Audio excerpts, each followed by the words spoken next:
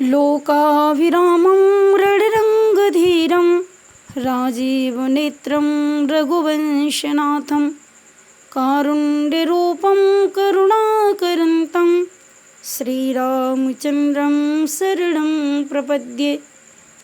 सच्चिदानन्दरूपाय विश्वोत्पत्त्यादिहेतवे तापत्रयविनाशाय श्रीकृष्णाय वयं नमः।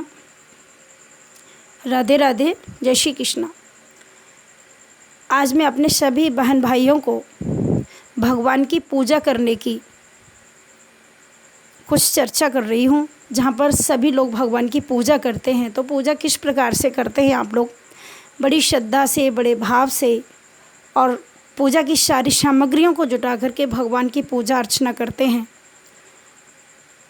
पूजा करने के बाद हम सब के मन में एक ही इच्छा रहती है कि हमारी इस पूजा से भगवान खुश हों, हमें आशीर्वाद दें और हमारी सभी प्रकार की मनोकामनाएं पूरी हों। जिस पूजा से भगवान खुश हो जावें वही पूजा सार्थक होती है।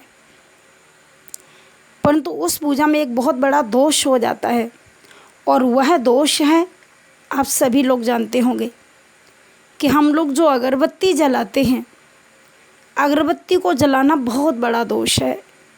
हम लोग बहुत बड़ा अपराध करते हैं।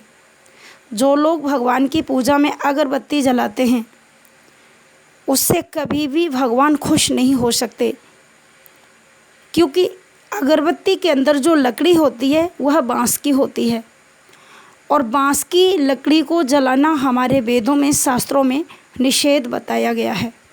इसलिए अगरबत्ती को पूजा में कभी नहीं जलाना चाहिए। शास्त्रों में, वेदों में भी अगरबत्ती का कोई भी उदाहरण, किसी भी प्रकार का कोई प्रमाण नहीं आया है कि पहले के लोग, ऋषि मुनि अगरबत्ती जलाते थे। हाँ, धूप, दीप, नैवेद्य इस प्रकार का वर्णन आया है, तो धूप जलानी चाहिए। लेकिन वह धूप किस प्रकार से? हम लोग जो अगरबत्ती जलाते हैं उसमें जो बांस की लकड़ी होती है, और जब वह जलती है तो उस लकड़ी को जलने से हमारे वंश की जो वृद्धि होती है, हमारा वंश जो बढ़ता है, परिवार बढ़ता है, कुल में अच्छी संतान उत्पन्न होती है। अगरबत्ती में बांस की लकड़ी को जलाने से और अगरबत्ती जलाने से हमारे उस वंश की वृद्धि रुक जाती है। और अगरबत्ती के द्वारा पूजा करने से, अगरबत्ती का धुआं भगवान को देने से हमारी किसी भी प्रकार की इच्छा पूरी नहीं होगी, हमारी मनोकामना पूरी नहीं होगी। भगवान ना ही तो उससे प्रसन्न होंगे और ना किसी प्रकार का हमारा कोई भी मनोरथ पूरा होगा। इसलिए आप लोग एक बार इस बात को अवश्य अपने मन में धारण कर लें कि पूजा करते समय अगरबत्ती बिल्कुल नहीं जलानी चाहिए। और हमारे जो लोग हमारे हिंदू धर्म को, सनातन धर्म को मानते हैं, उनको कदापि अगरबत्ती का प्रयोग नहीं करना चाहिए। अगरबत्ती को पूजा में नहीं जलाना चाहिए। यदि आपके पास धूप की व्यवस्था नहीं है तो आप मात्र घी का दीपक जला करके भगवान की आरती करें और भगवान को प्रसन्न करें। और घी के दीपक का ही विधान आया है। धूप का प्रमाण बहुत सारे भरे पड़े हैं, परंतु अगरबत्ती का कहीं कोई भी किसी प्रकार का प्रमाण नहीं मिलता है। इसलिए उसमें जो बांस की लकड़ी होती है उससे हमारे वंश का विनाश हो जाता है, और हमारे वंश में अनेक प्रकार के रोग, अनेक प्रकार की पीड़ाएं, अनेक प्रकार की बेचैनी, क्लेश, लड़ाई झगड़े आदि बने ही रहते हैं, और उससे हमारे वंश की उन्नति, वंश की वृद्धि तुरंत रुक जाती है। इसलिए बांस की अगरबत्ती को कभी भी पूजा में नहीं जलाना चाहिए। यदि आपको धूप बत्ती जलानी है, तमाम प्रकार के केमिकल को लोग अगरबत्ती में मिला देते हैं, और ये विदेशी लोगों ने साजिश की है जिससे हमारा वंश निर्वंश हो जाए, जिससे हमारा हिंदुत्व खत्म हो जाए, सनातन धर्म नष्ट हो जाए। ऐसी साजिश रची है विदेश के लोगों ने, इसलिए हमको सावधान रहना चाहिए। हमें अगरबत्ती को पूजा में कदापि इस्तेमाल नहीं करना चाहिए। आप लोग धूप घर पे भी बना सकते हैं और उसमें 5 प्रकार की चीज़ों को मिला सकते हैं, जैसे अगर, तगर, गुग्गुल, गुड़ और गाय का घी। इस प्रकार से छोटी छोटी गोली सी बना करके और उसका अपनी हथेली से हथेली मिला करके लंबी लंबी धूप बत्तियाँ बना करके आप भगवान की पूजा अर्चना कर सकते हैं।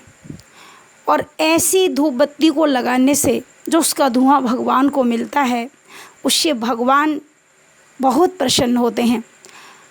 वैज्ञानिक दृष्टि से भी आप जानते हैं कि अगरबत्ती में इतना केमिकल होता है, जहाँ बंद कमरे में आप 1-2 अगरबत्ती जला देंगे तो आपको खांसी आने लग जाएगी, आपको सिर में दर्द होने लग जाएगा, आपके फेफड़ों में वो धुआं जा कर के जम जाता है और इससे तमाम प्रकार की बीमारियों का सामना करना पड़ता है, क्योंकि अगरबत्ती में बहुत सारा केमिकल होता है।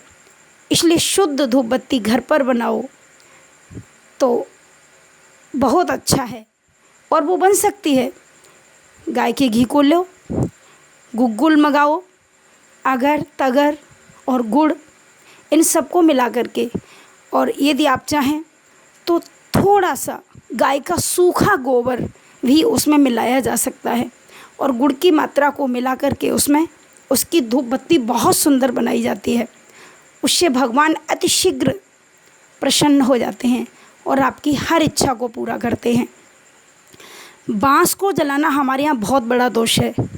आप लोग जब बेटियों की शादी करते हैं तो उसमें बांस का बहुत सारा सामान बेटियों को दान करते हैं, दहेज में देते हैं, क्योंकि जो बांस का दान करता है उसके वंश की वृद्धि होती है, उसके वंश में प्रसन्नता रहती है। और जो बांस को ही जला देगा तो उसका तो वंश ही नष्ट हो जाएगा। इसलिए सभी से मेरा निवेदन है, कोई भी अगरबत्ती न जलाए, धूप बत्ती को इस्तेमाल करें और धूप बत्ती का प्रयोग करें पूजा में।